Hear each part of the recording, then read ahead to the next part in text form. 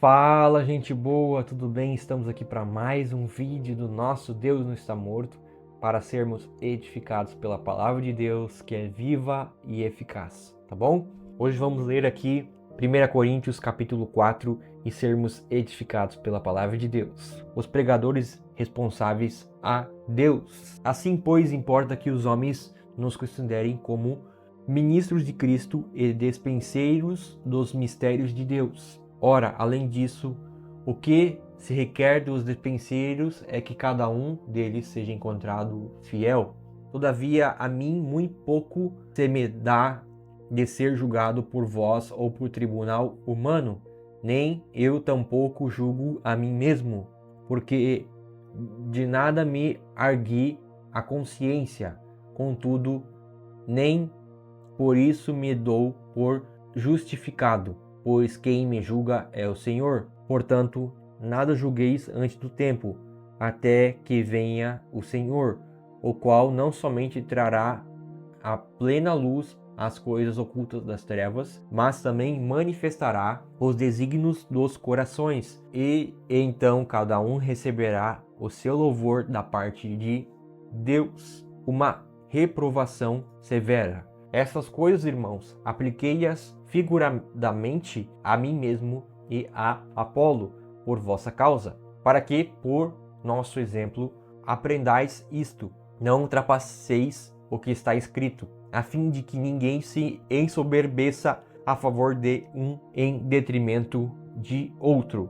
Pois quem é que te faz sobressair? E que tens tu que não tenhas recebido? E se o recebeste, por que te vanglorias, como se não tiveras recebido? Já estais fartos, já estais ricos, chegastes a reinar sem nós. Sim, tomara reinasseis, para que também nós viéssemos a reinar convosco. Porque a mim me parece que Deus nos pôs a nós, os apóstolos, em último lugar, como se fôssemos condenados à morte, porque nos tornamos espetáculo ao mundo, tanto a anjos como a homens. Nós somos loucos por causa de Cristo, e vós sábios em Cristo, nós fracos e vós fortes, vós nobres e nós desprezíveis.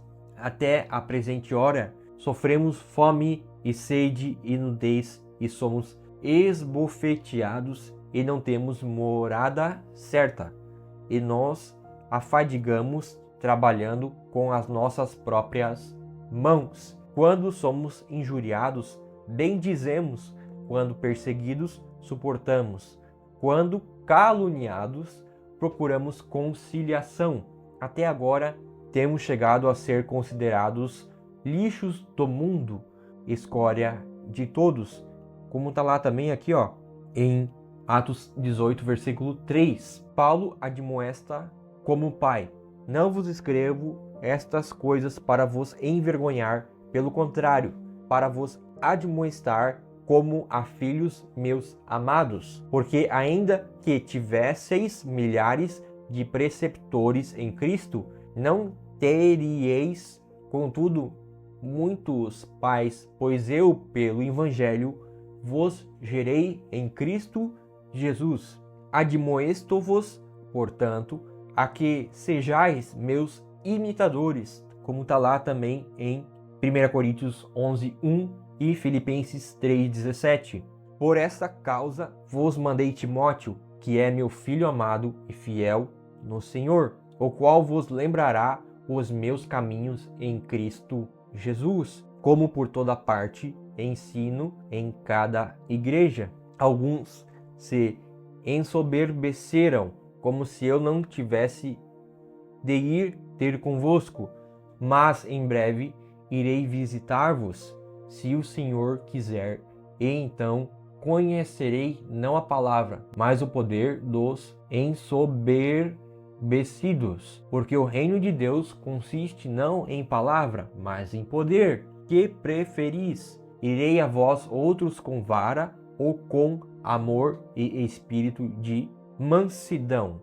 Então, veja, o Senhor usou a vida de Paulo para admoestar a igreja, E mostra aqui, ó, que Paulo, em todo momento, Paulo era quase como se fosse um pai para aquela igreja. Olha só, não vos escrevo estas coisas para vos envergonhar, pelo contrário, para vos admoestar como a filhos meus amados. Então Paulo escrevia a eles como se estivesse escrevendo a um filho. Como João, quando escreve, as pessoas escrevem de uma forma assim, de um pai para filho, sabe? Filhinhos, vocês têm vencido o maligno. Paulo também faz isso com a igreja. Paulo, ele era um gerador de Cristo na igreja. E o que nós aprendemos com Paulo? Que não é somente com o conhecimento humano que nós vamos vencer as coisas de Deus, mas é quando esse conhecimento que nós temos da palavra de Deus, da teologia, das coisas, isso é aplicado na nossa vida. E olha só, Paulo, como apóstolo, era considerado o lixo desse mundo. Veja o versículo 8. Já estáis fartos, já estáis ricos, chegastes a reinar sem nós. Sim, tomara reinasseis para que também nós viéssemos a reinar convosco. Porque a mim me parece que Deus nos pôs a nós, os apóstolos, em último lugar, como se fôssemos condenados à morte, porque nos tornamos espetáculo ao mundo, tanto a anjos como a homens. Nós somos loucos por causa de Cristo, e vós sábios em Cristo, nós fracos e vós fortes, vós nobres e nós desprezíveis. Então, Paulo preferiu perder tudo para ganhar a Cristo. E isso mostra para nós que nós devemos ter esse coração também. Paulo perdeu tudo. Então, enquanto hoje, nas igrejas que a gente vê aí, é falado de um evangelho, que o cara chega numa igreja com dinheirão, pá, tudo, a gente vê aqui que a vida que Paulo levava, ela era bem diferente disso. Quer dizer que o ministro do evangelho tem que viver uma vida miserável, não pode ter um carro legal, isso e aquilo? Não, ele pode viver do evangelho, como a gente vai ler mais pra frente aqui na carta de Paulo.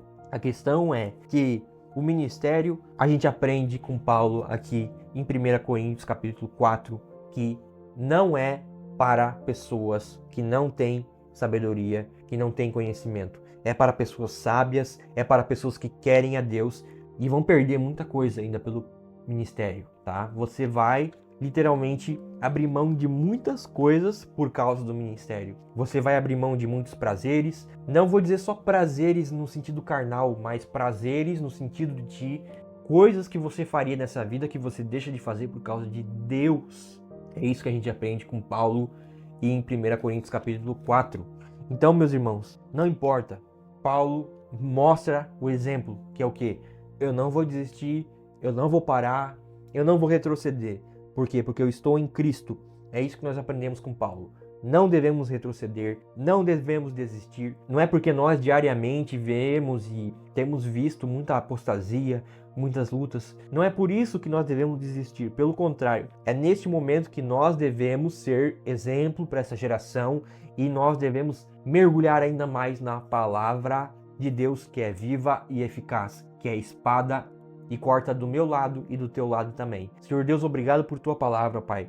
Obrigado por pessoas que têm levado esse evangelho, Pai. Nenhum de nós era digno de levar esse evangelho, mas o Senhor, pela misericórdia, nos chamou em Cristo Jesus. E nós estamos aqui, Deus, cumprindo o teu evangelho. E nós estamos aqui, Deus, cumprindo com a tua ordenança, Senhor, que é pregar essa palavra de Deus aqui, que é ler essa palavra de Deus aqui, e quer ministrar ela às pessoas em nome de Jesus. Deus te abençoe. Até amanhã que vamos ler 1 Coríntios capítulo 5 e sermos edificados pela palavra de Deus que é viva e eficaz. Valeu, valeu!